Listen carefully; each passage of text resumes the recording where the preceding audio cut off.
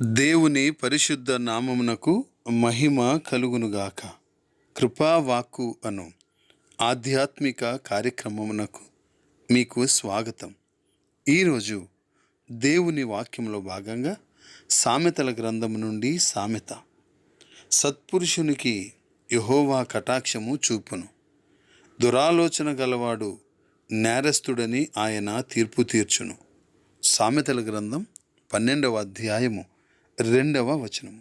ప్రియులారా, ఈ వచన భాగంలో సత్పురుషత్వం అనేది మరొక మానవుని గుణలక్షణం. అలాంటి వ్యక్తి దేవుని కటాక్షంతో ఆశీర్వదించబడతాడు అని ఈ లేఖన భాగం తెలియజేస్తుంది.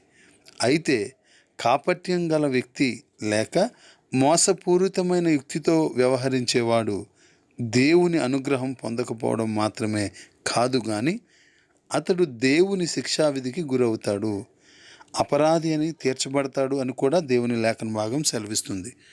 గనుక సత్పురుషత్వము కలిగి మనము దేవుని యొక్క ఆశీర్వాదాలు పొందుకోవాలని ప్రయత్నం చేద్దాం.